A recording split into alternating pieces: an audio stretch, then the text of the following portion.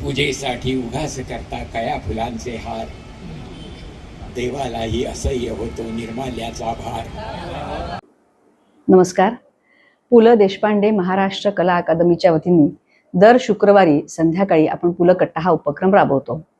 हा उपक्रम हा सर्व रसिकांसाठी आणि सर्व कलाकारांसाठी खुला आहे आणि त्यामुळे आपण त्यांना आपला एक सुंदर कट्टा तयार केला आहे पु ल देशपांडे कला अकादमीच्या कलांगणात.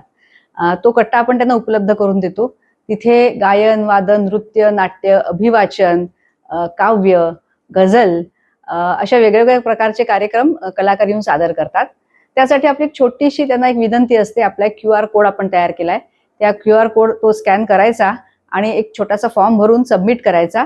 त्या फॉर्ममध्ये आपण आपलं नाव, कुठून आपण कार्यक्रम सादर करायला येत आहात ते, आणि त्याचबरोबर आपलं छोटंसं फोटो आणि क्लिपिंग एक असेल तर असं आम्ही मागवतो.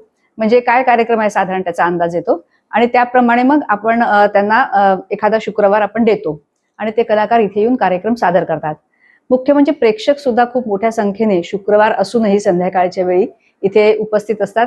कारण इथला जो परिसर आहे त्याचा एक आनंद त्यांना घेता येतो. संध्याकाळच्या वेळेस छान मंद असं वारं सुटलेलं असतं. अनेक कलाकार इथे येत जात असतात आणि एक सुंदर माहोल असा आपण म्हणतो तो इथे असतो आणि त्यासाठी मग अनेक कलाकार आणि रसिक इथे दरवेळेला उपस्थित असतात. तर माननीय आमचे खात्याचे मंत्री आशिष शेलार साहेब आणि आमच्या खात्याचे सचिव डॉक्टर किरण कुलकर्णी साहेब यांनी दोघांनीही कट्ट्याची संकल्पना आता अधिक विस्तारित करायचं असं ठरवलं आहे आणि 12 जून 2025ला पहिला कट्टा म्हणजे पुलंच्या गेल्या वर्षीच्या 25व्या पुण्यतिथी दिनी आपण सादर केला होता आणि आता येत्या 12 तारखेला कट्ट्याला आता 1 वर्ष पूर्ण होत आहे आणि वर्षभरात कट्ट्याने चांगलंच बाळसं धरलं आहे असं आम्हाला अगदी अभिमानाने सांगावं असं वाटतं.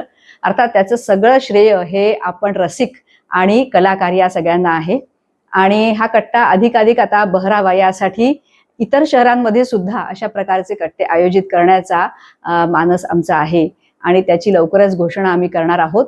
त्यामुळे महाराष्ट्रभरात ठिकठिकाणी असे कट्टे उपलब्ध व्हावेत. त्यानिमित्ताने कलाकारांना आपली कला सादर करण्यासाठी एक सुंदर व्यासपीठ मिळावं, रसिकांना सुद्धा नवनवीन कला ऐकायला बघायला मिळावी आणि एक सांस्कृतिक वातावरण छान निर्माण व्हावं अशी यामागची संकल्पना आहे आणि संपूर्ण महाराष्ट्रभरात वेगवेगळ्या ठिकाणी ही संकल्पना लवकरच मूर्त स्वरूपात येईल अशी आम्हाला खात्री वाटते.